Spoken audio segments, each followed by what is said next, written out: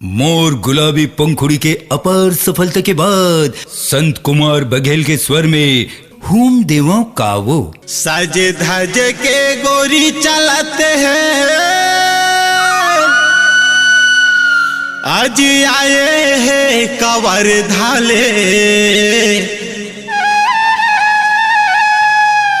खाम हरिया माँ गदर मचा दे रे, सुनावत है देव कर धम धाले।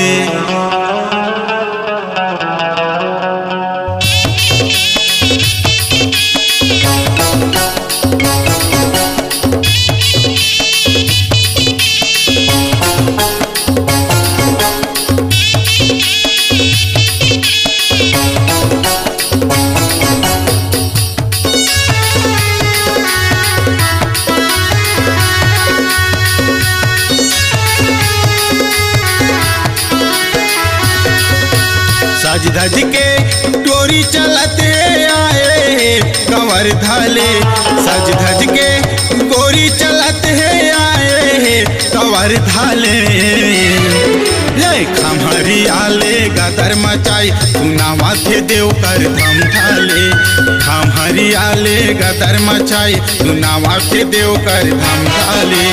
सज धज के गोरी चलते आए कंवर धाले, सज धज के रानी चलते हैं आए कंवर धाले, ये खमहरी आले गदर मचाई सुनावा थे देव कर धम धाले, खमहरी आले गदर मचाई सुनावा थे देव कर धम धाले।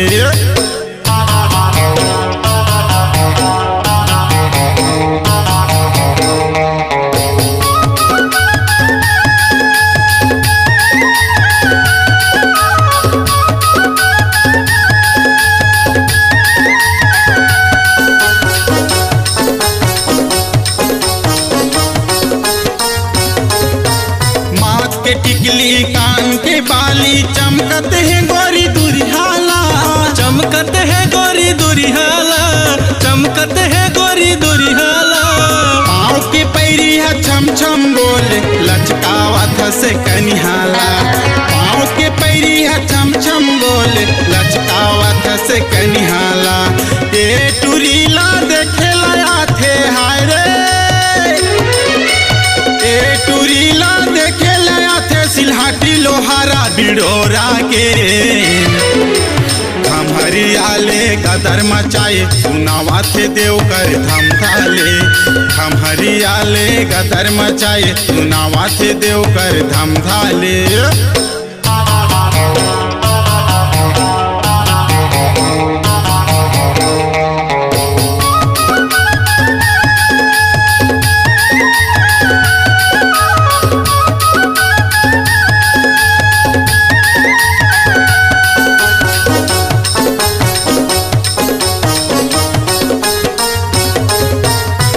सवांगा रंग रंग के देख ला जागे चंदा, देख ला जागे चंदा, देख ला जागे चंदा।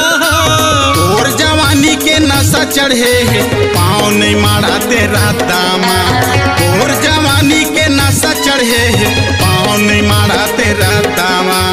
ये टुरीला देखे लाया थे हाय रे,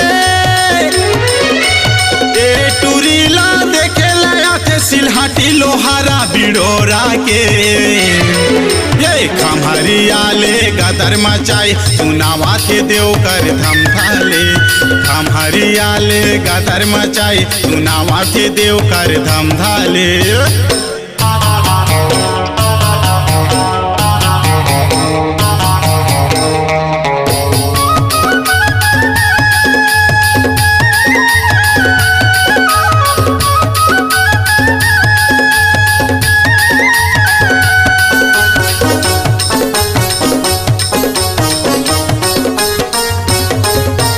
बना के तोला ले जाऊं गोरी पहिना के सुघर मुंदरीला, पहिना के सुघर मुंदरीला, पहिना के सुघर मुंदरीला।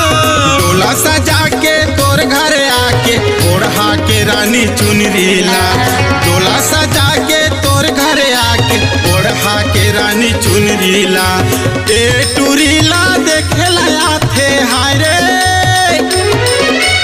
ए टुरीला देखेला आथे टाटी कसा कोहड़िया के ये खम्हरिया ले गदर मचाई सुनावा थे देव कर धम धाले सूरज पूरा ले गदर मचाई सुनावा थे देव कर धम धाले सज धज के गोरी चलत है आए तवर धाले सज धज के रानी चलत है आए तवर धाले ये खम्हरिया ले गदर मचाई सुनावा थे देव कर धम धाले मटिया लाए गदर मचाई सुनावा थे देव कर धम धाले सूरज पूरा ले गदर मचाई सुनावा थे देव कर धम धाले धरा मगड़ ले गदर मचाई सुनावा थे देव कर धम धाले खम्हरिया ले गदर मचाई सुनावा थे देव कर धम धाले सूरज पूरा ले गदर मचाए सुनावा थे देव कर धम धाले।